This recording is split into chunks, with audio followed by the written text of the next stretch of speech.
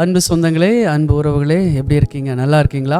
இந்த காலை நேரத்தில் உங்களை சந்திப்பதில் மிக்க மகிழ்ச்சி அடைகிறேன். ஒவ்வொருத்தரோட வாழ்க்கையிலையும் ஒவ்வொரு நன்மைகளை இயேசு கொடுக்க விரும்புகிறார். இன்றைக்கு கூட உங்கள் வாழ்க்கையில் உங்கள் வார்த்தைகள் எப்படி இருக்குது? உங்கள் கையில் என்ன விதை கொடுக்கப்பட்டிருக்கிறது? என்ன பொறுப்பு கொடுக்கப்பட்டிருக்கிறது? நீங்கள் மற்றவர்களுக்கு நன்மையை விதைக்கிறீர்களா? விவசாயத்தில் பார்த்தீங்கன்னா விதைக்கிறதுக்கு ஒரு காலம் உண்டு, அறுக்கிறதுக்கு ஒரு காலம் உண்டு, நட்டதை பிடும்பதற்கு ஒரு காலம் உண்டு இல்லையா? சேர்ப்பதற்கு ஒரு காலம் இருக்குது. ஒவ்வொன்றுக்கும் ஒவ்வொரு காலங்கள் இருக்கிறது. ஆனால் அந்த விதைக்கிற அந்த காலத்தில் நம்ம விதைக்கவில்லை என்றால் நம்ம நன்மை எப்படி சுதந்திரத்து கொள்ள முடியும் இல்லையா? இந்த காலையில் ஆண்டவர் உங்கள்கிட்ட என்ன இருக்குதுன்னு சொல்லி கேட்குறாரு.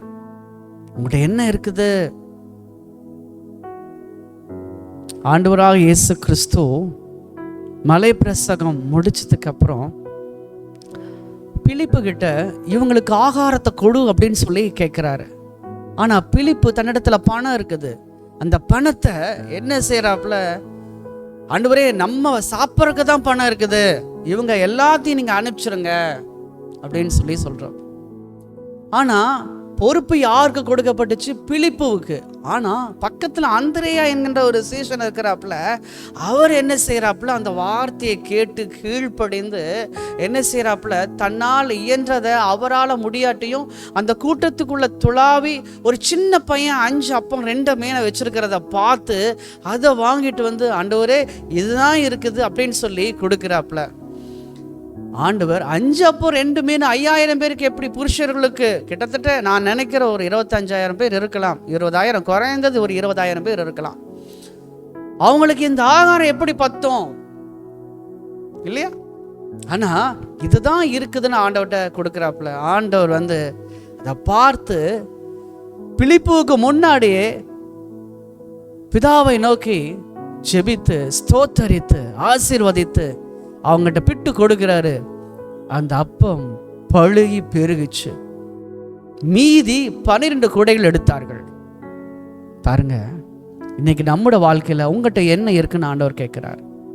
இந்த வசனம் சொல்லுகிறது, நீதிமொழிகள் 12ஆம் அதிகாரம் 11வது வசனம், தன் நிலத்தை பயிரிடுகிறவன் ஆகாரத்தினால் திருப்தி அடைவான், வீணரை பின்பற்றுகிறவனோ மதியற்றவன். தன் நிலத்தை பயிரிடணுமாமா. உன் நிலத்தை நீ பயிரிடணும். உனக்கு கொடுக்கப்பட்ட பொறுப்பை கரெக்டா செய்யணும்.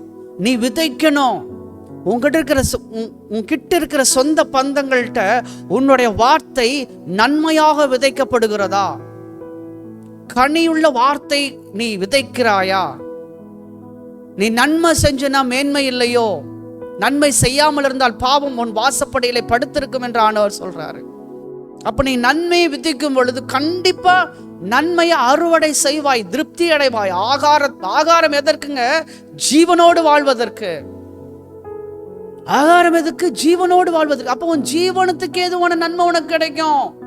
நீ ஜீவனத்துக்கு ஏதுவான காரியத்தை விதைப்பாயானால், அதாவது மற்றவர்களை பார்த்து அவங்க நல்லா இருக்கணும் நீ நினைச்சு நன்மையான ஆலோசனைகளை நீ விதைப்பாயானால், உன்கிட்ட என்ன இருக்குதோ அதை நன்மையா விதை. ஒரு தாயார் இடத்துல அவங்க ஜீவனத்துக்கு எதுவான காசு மட்டும்தான் இருந்துச்சு. அதான் ஆலயத்துல வந்து காணிக்கையா போடுறாங்க.